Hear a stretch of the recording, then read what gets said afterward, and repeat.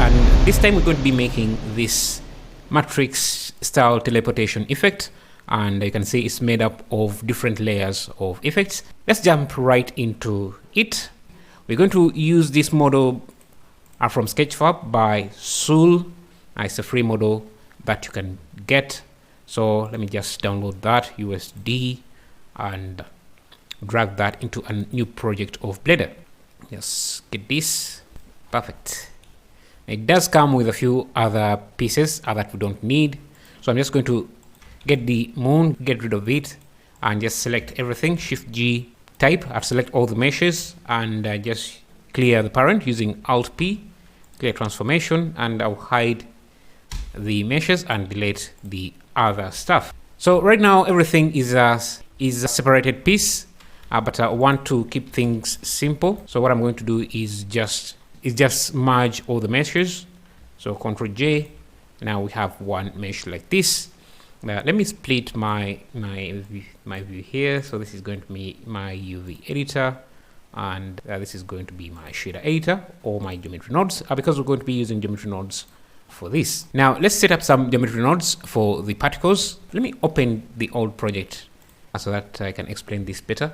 So all we're doing here is instancing some particles on the mesh and made them moving down. And to do that, we're going to need these cubes, which are like pixels. So let's make them quickly. It's just going to be a cube like that with a bevel. Let's increase the bevel a bit, maybe something like that. We can even turn adenomos. And then let me make a few copies. I want to make this look like pixels. Right away, I'm also going to set up some materials for this. So let me go to the shader editor. I want this pixel looking effect. So what I'm going to do for that, let me first go to switch to Eevee here.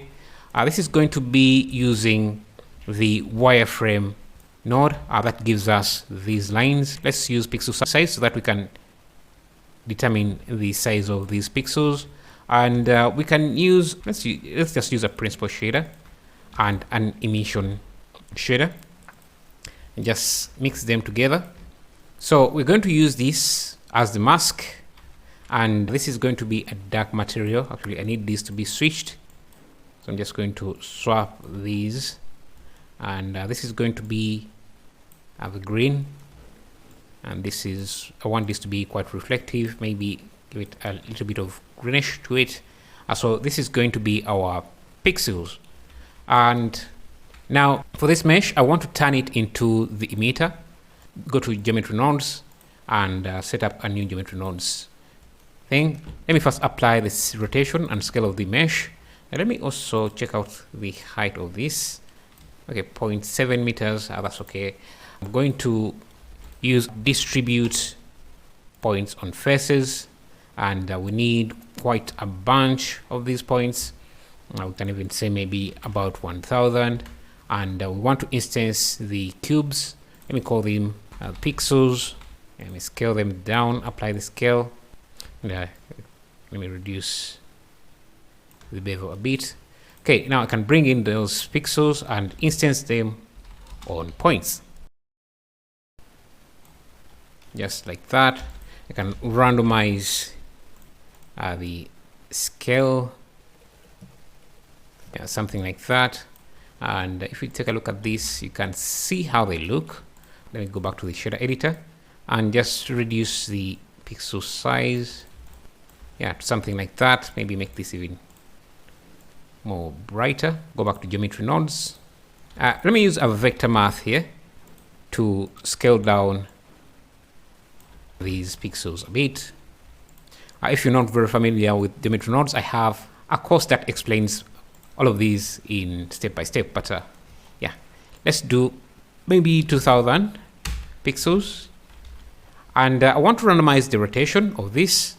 Let's use another random value, but this time let's change this to maybe a vector. Let's do -5 by 5 and connect that to the random rotation. Now you can see that we get too much randomization, that it does lose that pixel look. So let's use a vector math node and change this to snap. This will allow us to snap to the nearest value. Maybe let's see if we can snap this to, yeah, to 90 degrees. You can see there is randomization, but it's still 90 degrees randomization. You can see this is different from this. So yeah, we get something like that. That's going to be the first part.